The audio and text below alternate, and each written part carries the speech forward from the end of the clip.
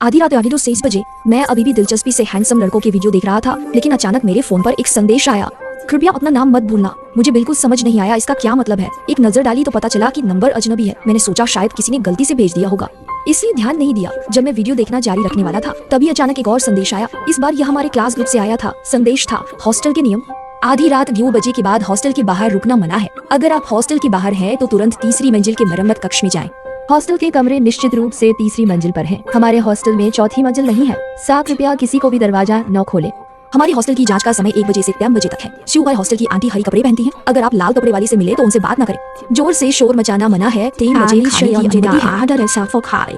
फिर से दोहराते हैं कि हमारे हॉस्टल में चौथी मंजिल नहीं है। अगर आपने चौथी मंजिल देखी है तो तुरंत हॉस्टल के कमरे में जाएं। ग्रुप के संदेश पढ़ने के बाद मैं पूछने वाला था कि यह क्या मामला है, लेकिन पता चला कि ग्रुप में सभी को म्यूट कर दिया गया है। देखते हुए कि संदेश भेजने वाले का प्रोफाइल फोटो डरावना और रहस्यमय था। हमारे क्लास ग्रुप में ऐसा कोई व्यक्ति नहीं था। क्या कोई शरारत कर रहा है? जब मैं सोच रहा था तभी हॉस्टल का दरवाजा अचानक खुलने की आवाज आई। मैंने देखा कि दरवाजा कब खुला पता नहीं चला। फिर मैंने अभी मिले अजीब संदेश को याद किया। मैं अचानक ठंड से कांप उठा और डर के मारे जल्दी से बिस्तर से उतरा और दरवाजा बंद कर दिया।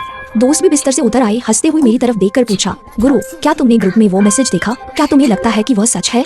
जब मैं जवाब देने वाला था तो हंसते हुए मेरे बगल में खड़ी याओ स्पष्ट रूप से थोड़ी डरी हुई थी। वो बड़बड़ाते हुए बोली, मुझे लगता है कि यह सच है क्योंकि अभी मैंने उस व्यक्ति को देखना चाहा जिसने मैसेज भेजा था। धन्यवाद सभी को, लेकिन उसका प्रोफाइल पिक्चर खुल ही नहीं रही। बिल्कुल भी नहीं देख पा रहे उसकी जानकारी के बारे में। और हमारे ग्रुप में लोगों की संख्या भी नहीं बढ़ी है। पहले पश्चिम थे और अब भी पाशिद वही है। याओ की बात सुनकर मैं और हंसते हुए दोनों गंभीर हो गए। तभी बाहर अचानक दरवाजे पर दस्तक की आवाज आई। आवाज बहुत नियमित थी। जब मैं दरवाजा खोलने वाला था हंसते हुए ने मुझे रोका। मैं पूछने ही वाला था, जल्दी से दरवाजा खोलो, मैं तो टॉयलेट जाने निकला था। तुम लोग दरवाजा क्यों बंद कर दिए? फांग यिंग की बात सुनकर मैं फिर से दरवाजा खोलने की तैयारी करने लगा। सबटाइटल्स हा ली जोंगशेंग। तभी हंसते हुए ने फिर से मुझे रोका और मुझसे बिना आवाज किए इशारा किया, चुप रहो, कुछ मत बोलो। 30 सेकंड बाद बाहर फांग यिंग की आवाज धैर्य खोती हुई लगने लगी। आवाज भी डरावनी हो गई। दरवाजा खोलो, जल्दी खोलो।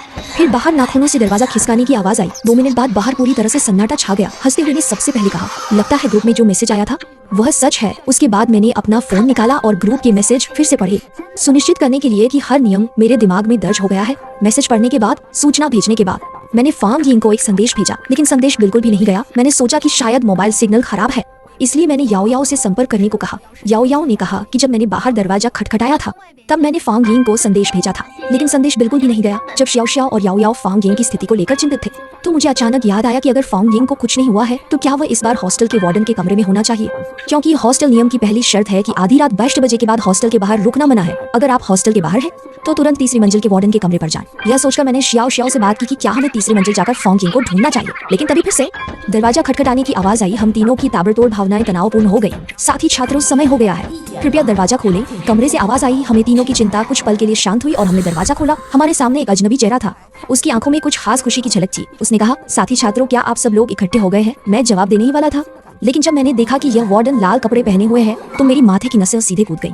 उसकी अभिव्यक्ति और भी डरावनी होती जा रही थी। उसका चेहरा धीरे धीरे विकृत हो रहा था। हिंदी उपशीर्षक स्वयं सेवक ली जोंगशेंग। फिर उसने फिर से पूछा, साथी छात्रों क्या आपके हॉस्टल के सभी लोग इकट्ठे हो गए हैं? उसके शब्दों के तुरंत बाद मैंने बिना किसी हिचकिचाहट के याओ को पकड़कर भागना शुरू किया। xiao भी तुरंत हमारे पीछे पीछे आ गई। हमें नहीं पता कि हमने कितना दौड़ा। हम एक जगह पर थे। हम कॉरिडोर में रुक गए। याओ ने मुझसे पूछा कि मैं क्यों भागा और पास में खड़ा xiao भी थोड़ा भ्रमित था। मैंने गहरी सांस ली और दोनों को बताया कि क्या तुम लोग हॉस्टल के नियमों की छठी शर्त भूल गए हो? हॉस्टल गार्ड हरा कपड़ा पहनता है और अभी जो व्यक्ति था वह लाल कपड़ा पहने था।